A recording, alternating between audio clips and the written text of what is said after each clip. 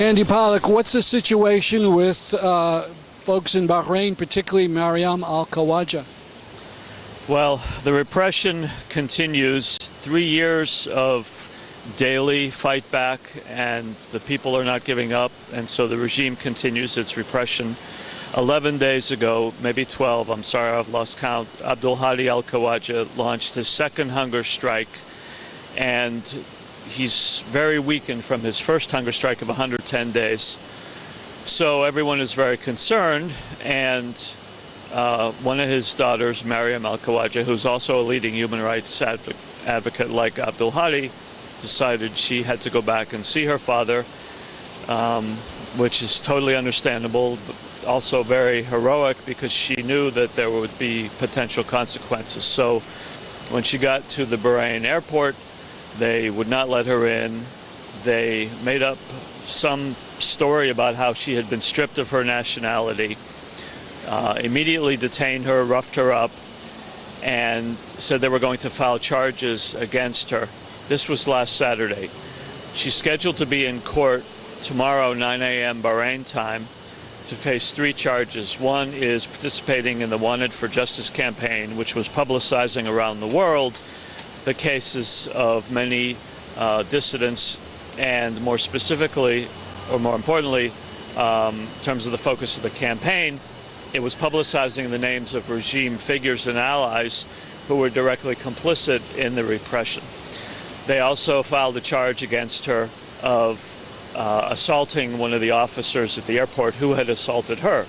Anybody who is in the U.S. knows a little about police repression. That should sound familiar to you. And the third charge was insulting the king. Now, when she gets to court tomorrow, who knows what they'll add on, or if they'll drop the whole thing and just kick her out of the country. But we have to be ready to continue mobilizing for them. Let's go back to basics. I think a lot of people never heard of Bahrain. Where is it? Bahrain is in the Gulf. That is the Gulf in the Middle East, not the U.S. Gulf.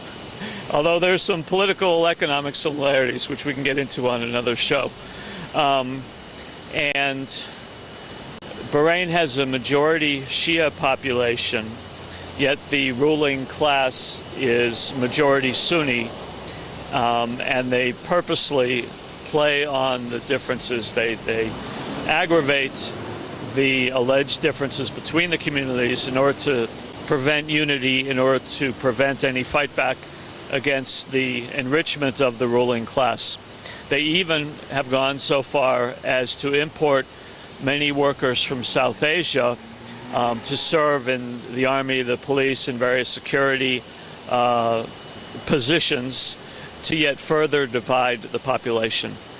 Bahrain, like the rest of the Arab world, rose up 3 years ago and was met by bloody repression by the regime, and when that didn't turn the trick, they brought in Saudi troops. Now, this is significant not only because of the Saudi intervention, which you know had to be backed by the U.S., but specifically because the U.S. 5th Naval Fleet is based in Bahrain. So this tiny little country is of huge strategic importance to the U.S. and its imperialist allies.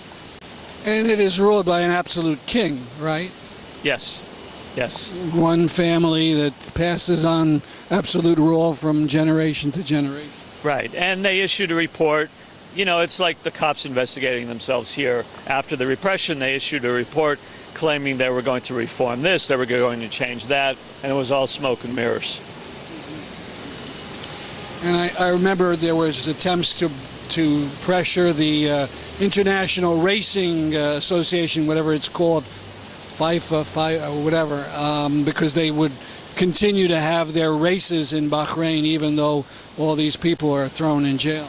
Yeah, there was, it's very parallel to the boycott, divestment, and sanctions movement against Israel. The people fighting for human rights and justice in Bahrain are real internationalists. They're supporting every oppressed people. So in that particular case, they did try to get the International Racing Federation to pull out. They didn't, but they got a lot of publicity. It was a very important effort. And then I understand there is a website with some suggestions for ways people can protest this latest imprisonment and so on. What is it? I think it's BahrainHumanRights.org. Pretty sure BahrainHumanRights.org. If I've got it wrong, you can just Google that phrase. Also, the Facebook page for the MENA Solidarity Network. That's MENA Solidarity Network-US. All right. Thank you very much. Thank you. Oh, could I add one more thing? Are we still on? Oh, sure. Okay.